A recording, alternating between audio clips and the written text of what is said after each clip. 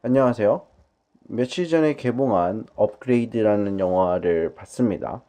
인시디어스, 위자, 해피데스데이, 언프렌디드 등을 제작한 블루마우스 프로덕션에서 만든 작품이죠. 결론부터 말씀드리면 영화 재밌습니다.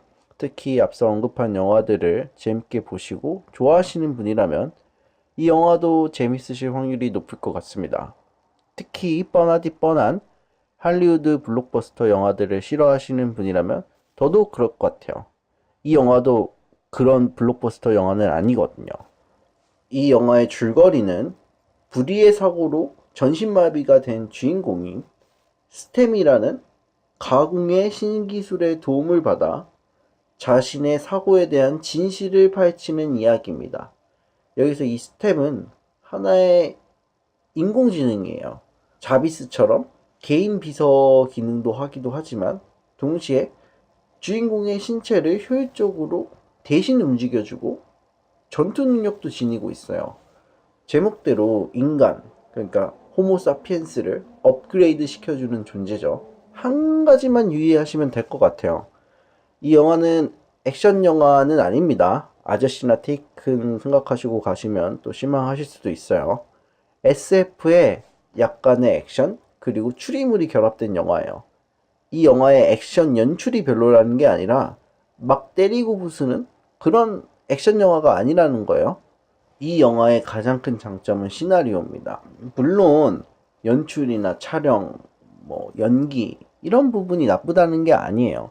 근데 이 영화가 재밌는 이유는 철저하게 시나리오가 좋아서 그런 겁니다. 특히 기획이 되게 좋았던 것 같아요. 관객들이 어떠한 부분에서 재미를 느끼는지 아는 영화 같습니다. 블루마우스 프로덕션 영화들이 대부분 다 그렇죠. 특히 SF의 경우 하나의 방대한 세계관을 보여줘야 되기 때문에 괜히 등장인물도 많고 플롯도 복잡한 경우가 많죠. 그리고 이런 영화들일수록 이러한 방대한 세계관을 보여주고 이 세계관을 어떻게 바꿔야 되잖아요. 그것도 2시간 이내의 시간에서. 그러니까 영화 초반에 일은 엄청나게 버려놓고 결말쯤에 다다르면 급하게 수습하느라 바쁜 영화들이 많죠. 미리 던져두었던 복선도 회수를 안 합니다. 그러니 영화가 끝나면 관객들이 실망을 하게 되는 거죠. 대표적으로 스카이라인 같은 영화가 있죠. 대신에 이 영화는 철저하게 주인공의 시선만을 따라갑니다. 이야기가 다른 곳으로 새지 않아요. 뭔가 이렇게 방대한 세계관 그런 거 없습니다. 등장인물도 몇 명 안 돼요. 주인공, 와이프, 형사, 백만장자 CEO, 그리고 악역? 이 정도만 나와요. 영화 시작부터 끝까지 주인공은 자신의 사고에 얽힌 비밀을 찾는 데에만 집중합니다.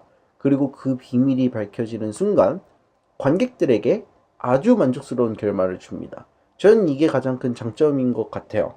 그래서 영화가 끝나면 영화를 보면서 느꼈던 의문점들도 다 회수가 됩니다. 물론 이 영화의 시나리오가 완벽한 건 아니에요. 시나리오가 좋은데 굳이 따지자면 단점이 있어요. 중간 지점에서 약간 의문점이 드는 장면들이 있어요. 자세한 내용은 스포일러니까 말씀은 안 하겠지만 관객들이 보면서 약간 좀 주인공의 행동이 이해가 안 되는 장면이 있었던 것 같아요. 그 부분만 제외하면 시나리오는 굉장히 훌륭했다. 연출도 꽤 잘했던 것 같아요.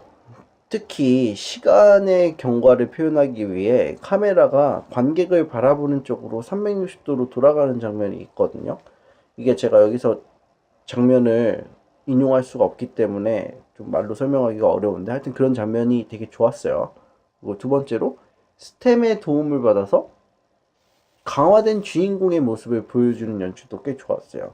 이게 무슨 토니 스타크나 브루스 배너 같이 신체에 변화가 있는 게 아니거든요. 생각을 해보세요. 토니 스타크는 아이언맨 갑옷을 입으면 세집니다. 브루스 배너도 피부가 초록색으로 변화하죠. 근데 이 영화의 주인공은요. 그런 신체의 변화가 없습니다. 관객들이 한눈에 바라보는 파워업, 업그레이드 이런 게 없어요. 그래서 그런 모습을 보여주기 위해 카메라 워킹을 좀 달리 하거든요. 영화에 대한 평가는 여기까지만 하고요. 한 가지만 덧붙이고 싶어요. 이런 영화는 우리나라에서 해야 되는 영화인 것 같아요. 이 영화가 일랑보다 제작비가 덜 들었죠. 사실 시장 사이즈를 생각을 하면 우리나라에서 이런 저예산 SF 영화를 해야 되는 것도 맞습니다. 근데 그것보다도 한국에서 시작부터 마이너리티 리포트 같은 SF 영화를 만들 수는 없어요. 왜냐면 SF라는 장르는 한국어로 진행이 되면 매우 어색하거든요. 마이너리티 같은 영화를 한국 배우가 한국어로 진행해 본다고 생각을 해보세요. 굉장히 어색할 겁니다. 관객들이 익숙하지 않아서 그런 거거든요. 마블 시네마틱 유니버스의 영화를 한번 생각을 해봅시다.